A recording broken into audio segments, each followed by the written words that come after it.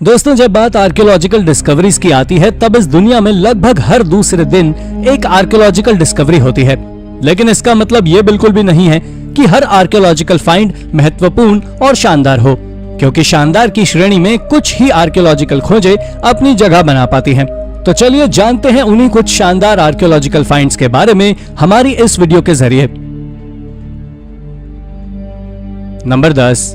दोस्तों, चलिए आज की इस वीडियो की शुरुआत हम एक ऐसे प्राचीन रोमन मोज़ेक के साथ करते हैं जिसे सार्डिनिया में पोर्टो टॉरस नाम की एक जगह पर मई 2022 में खोजा गया था। आपको बता दें कि जब इसे आर्कियोलॉजिस्ट के द्वारा खोजा गया था तो इसे टुकड़ों में खोजा गया था, पर आप जानकर चौंक जाने वाले हैं कि उन टुकड़ों से मोज़ेक को पूरा बनाने में 1 साल से भी ज्यादा का समय लगा था। इसे जिस जगह से खोजा गया था उसी जगह से आर्कियोलॉजिस्ट को 11 बरियल्स भी मिले थे। इन मोज़ेक फ्रैगमेंट्स को काफी अच्छी तरह प्रिजर्व किया गया था और इसके बारे में आर्कियोलॉजिस्ट का मानना था कि ये एक कपल को डेडिकेटेड था जिनका नाम डियोनिसियो और सेप्टिमिया म्यूजा था। ये मोज़ेक कैपुचिनो स्टाइल में बनाया गया था जो 4th सेंचुरी के समय नॉर्दर्न अफ्रीका में काफी ज्यादा फेमस थी। इसी कारण से ये आज के समय एक बहुत महत्वपूर्ण खोज है। नंबर 9। इस दुनिया में कई सारी जगह कई अलग अलग तरह के हेंज मौजूद हैं, जिनमें से सबसे ज्यादा फेमस है इंग्लैंड में मौजूद स्टोनहेंज। लेकिन आप जानकर चौंक जाने वाले हैं कि एक और हेंज भी स्टोनहेंज जितना ही पॉपुलर है और वो है मॉम्बेरी रिंग, जो एक न्यूलिथिक हेंज है और डॉर्सेट में मौजूद है। आर्कियोलॉजिस्ट का कहना है कि ये रिंग डॉर्सेट में रोमन पीपल के आने से कई हजार साल पुरानी है, जो एक एम्फी थिएटर था। इसके साथ ही आर्कियोलॉजिस्ट का ऐसा भी मानना है कि इस मॉम्बेरी रिंग का 17th सेंचुरी में हुए इंग्लिश सिविल वॉर के दौरान मॉडिफिकेशन किया गया था और मॉडिफिकेशन के बाद इसे आर्टिलरी फोर्ट की तरह उपयोग में भी लिया गया था। जब आर्कियोलॉजिकल डिपार्टमेंट से इसके बारे में पूछा गया तो उन्होंने बताया कि इस जगह से मॉडिफिकेशन के समय आर्कियोलॉजिकल थिंग्स को तबाह कर दिया गया था और इसी कारण से आज ये पता लगाना कठिन है कि इसे किसने और क्यों बनाया था। नंबर 8। माउंट एटना, जो कि इटली में मौजूद है, इसे देखने लगभग हर साल हजारों की तादाद में लोग आते हैं और इसी के साथ वहीं दुनिया का सबसे ऊंचा प्लेटियो भी मौजूद है, जिसे आर्गमोस्को के नाम से जाना जाता है। इस प्लेटियो की ऊंचाई से ना जाने आप कितनी सारी जगहों का व्यू एक साथ ले सकते हैं। इसके साथ ही एक चीज ऐसी भी है जो उस प्लेटियो पर पिछले कई सालों से मौजूद है और साइंटिस्ट के लिए रहस्य बनी हुई है। आपको बता दें कि असल में ये वहां मौजूद कार्विंग रॉक्स है और इसके बारे में लोकल लोगों का मानना है कि ये प्री हिस्टोरिक पॉपुलेशन के द्वारा कार्व किए गए थे। लेकिन अगर इस बारे में साइंटिस्ट की माने तो उनका कहना है कि इन पत्थरों को कार्व नहीं किया गया था, बल्कि ये हजारों सालों पहले से हो रहे विंड इरोजन के कारण बने हैं। इसमें से जो सबसे फेमस शेप है वो एक ईगल का है और इस जगह पर प्राचीन समय में ईगल को सोल ऑफ डेथ के लिए भी जाना जाता है, मगर अब किसकी बात सच है ये तो आज तक किसी को नहीं पता। नंबर 7।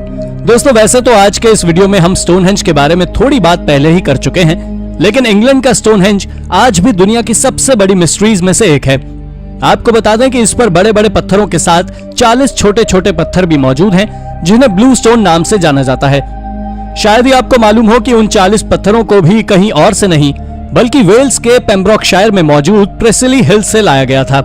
ये जगह वहां से करीब 200 मील की दूरी पर है और किसी न किसी ने इन्हें वहां से 5000 साल पहले इंग्लैंड तक पहुंचाया था। दरअसल इस बात का खुलासा साल 2019 में तब हुआ था जब प्रेसिला हिल्स पर एक एक्सकवेशन के दौरान वहां से आर्कियोलॉजिस्ट को कुछ पत्थर से बने स्टोन पिलर्स मिले थे, जिन्हें लकड़ी के साथ बनाया गया था। इस बात का पता तो आर्कियोलॉजिस्ट ने लगा लिया, लेकिन आखिर उन विशाल पत्थरों को वहां तक वो लोग कैसे लाए, ये बात आज भी एक रहस्य ही है। नंबर 6। दोस्तों, स्टील ऑफ वल्चर मेसोपोटामिया के पिछले 3 पीरियड का इंस्क्रिप्शन है, जो न सिर्फ आज से करीब 4600 साल से भी ज्यादा पुराना है, बल्कि इसके साथ ही ये दुनिया के सबसे पुराने हिस्टोरिकल रिकॉर्ड्स में से भी एक है। एक्सपर्ट्स का इस स्टील के बारे में ऐसा मानना है कि इसे लागुश नाम की एक सिटी के विक्ट्री के सेलिब्रेशन के दौरान बनाया गया था। लागुश ने अपने पड़ोसी उमा के ऊपर विक्ट्री हासिल की थी। दरअसल इस बात का पता आर्कियोलॉजिस्ट को तब लगा जब उन्होंने उस स्टील पर कई सारे बैटल सीन्स को देखा। इसके साथ ही इस स्टील पर कई तरह की आइकोनोग्राफी भी की गई थी, जिसमें एक वल्चर यानी कि गिद्ध भी बना हुआ था और इसी के कारण इसका नाम स्टील ऑफ वल्चर रखा गया। ये लाइमस्टोन का एक बहुत विशाल पीस था जिसके आज केवल 7 टुकड़े ही मौजूद हैं और इन सभी पीसेस को इराक के गिरसू में 19वीं सेंचुरी में खोजा गया था। नंबर 5, स्टील ऑफ वल्चर के बाद अब हम आपको जिस आर्टिफैक्ट के बारे में बताने वाले हैं उसके 2 नाम हैं। इसे लेडी ऑफ यूरिक और मास्क ऑफ वारका के नाम से जाना जाता है और अब आप चाहे इसे जो बुलाएं, पर यह हिस्ट्री के सबसे सुंदर स्कल्पचर्स में से एक है।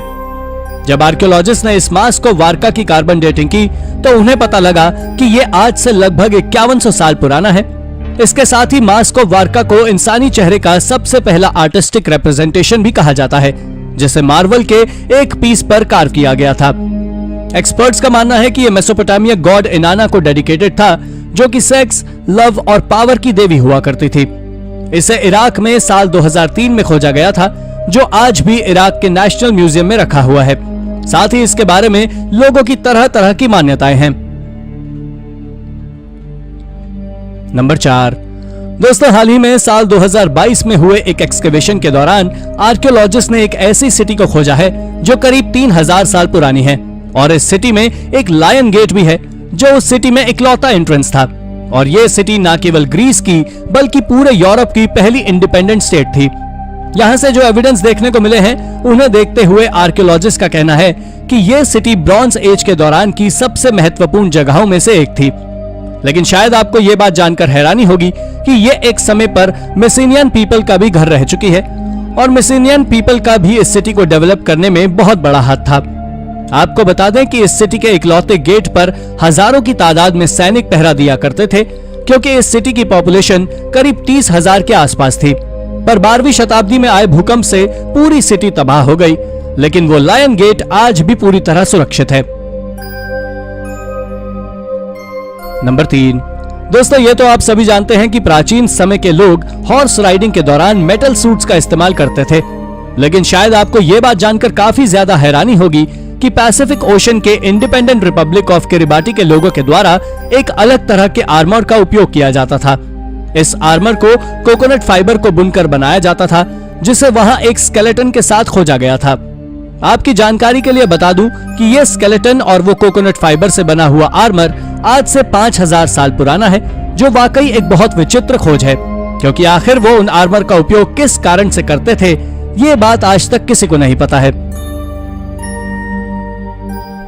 नंबर 2, ये बात तो मैं आप सभी को पहले ही बता चुका हूं कि बियर पीने का ट्रेडिशन कितना ज्यादा पुराना है।